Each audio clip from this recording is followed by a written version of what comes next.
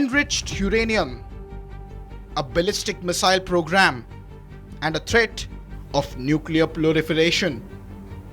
These were the considerations of Israel on the eve of June 13th, 2025, when it launched its largest military operation against Iran's nuclear program.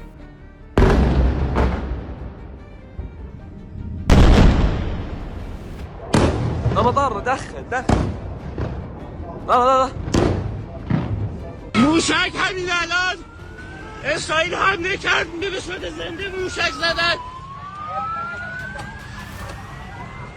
و احتمالاً کشته داده اینجا مردم داشتن. Israel called it Operation Rising Lion. The strike was not just focused on nuclear and military targets. Israel decapitated the entire top military command structure of Iran. I'll tell you what would have come if we hadn't acted. We had information that this unscrupulous regime was planning to give the nuclear weapons that they would develop to their terrorist proxies. That's nuclear terrorism on steroids. That would threaten the entire world. Israel also targeted nuclear scientists of Iran. You've eliminated nuclear scientists who are working on the enrichment program. They were part of this criminal scheme of But trying you to targeted eliminate. you acknowledge you targeted the nuclear scientists as well. Yes, Why are you targeting the scientists? Why they were part of the criminal element that is destined to destroy Israel. Iran calls it an act of war.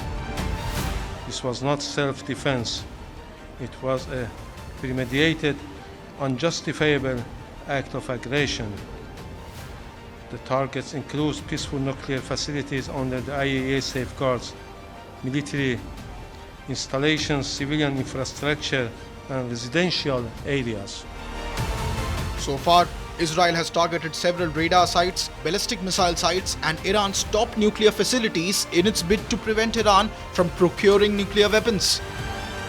We attacked not only the nuclear facilities, we attacked the missile capability, because if the nuclear track is the first track to annihilate Israel, the ballistic missile is the second track. And we hit some of it in October.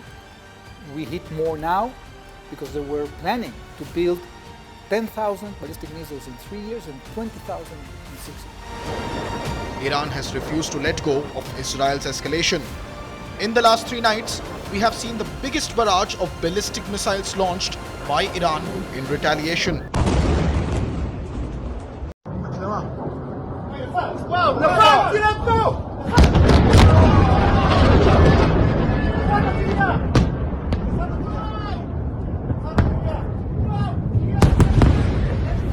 Let me be clear, Iran will exercise its inherent right to self-defense under Article 51 of the Charter.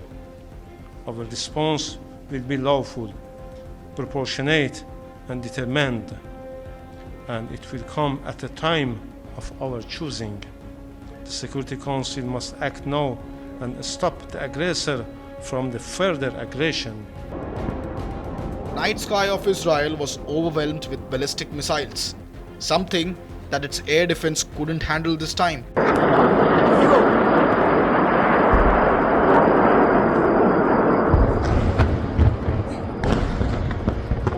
Here behind me you can see the destruction just of one Iranian missile.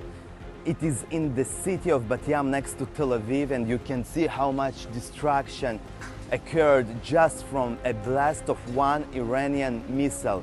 They are targeting civilian areas like here. You can see one of those high-rise buildings with many floors almost destroyed, and it can collapse any moment. And now the security forces with drones trying to understand if there are people still inside of this building. This conflict is nowhere close to a logical conclusion.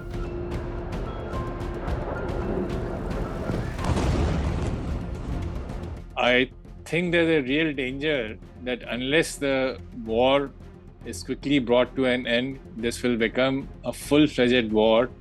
It has already spread, initially Israel was targeting nuclear sites and the military installations. Then there were attacks on in civilian centers in both the countries.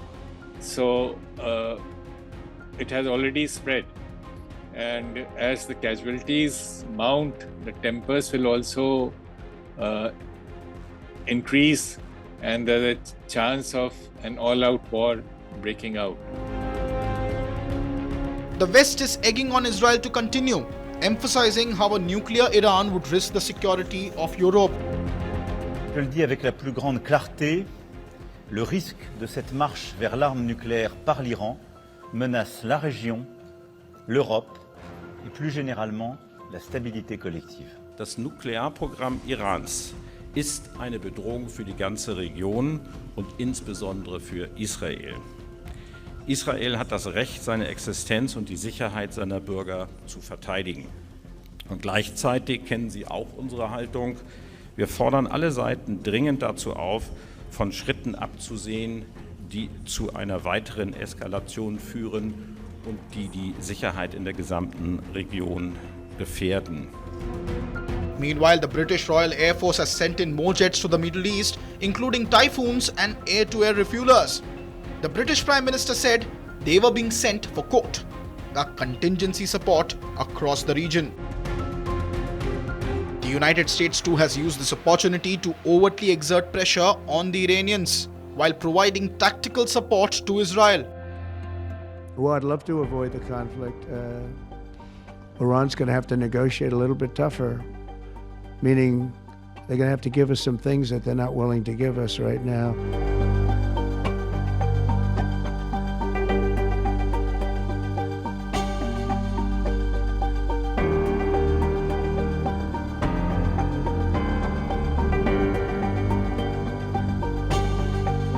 Since the operation started, first the US, while actively refusing to acknowledge its involvement, kept pressurizing Iran to get a new deal done.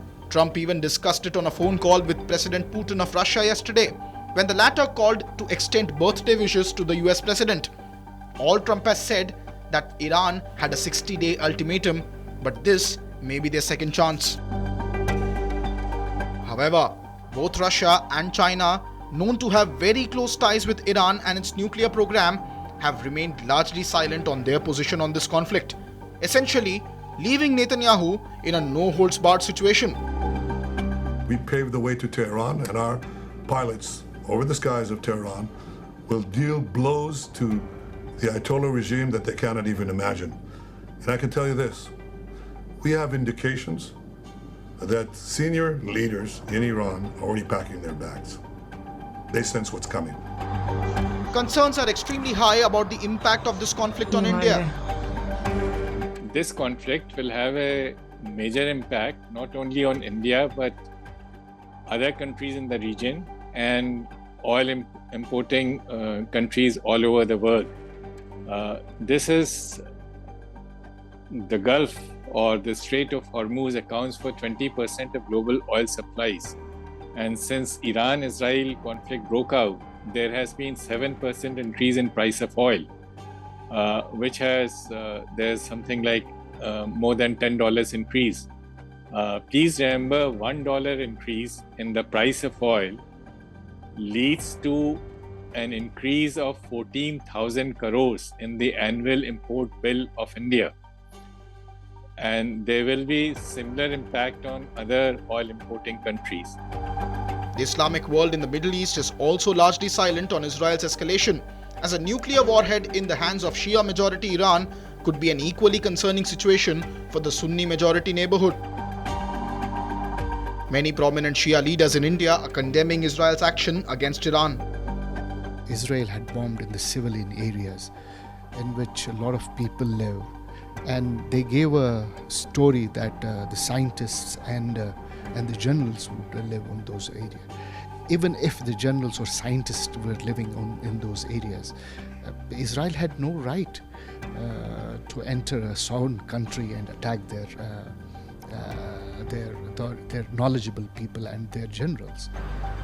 In a major escalation, with mounting civilian casualties, Iran and Israel have both struck each other's energy infrastructure, a red line both sides have avoided in the past.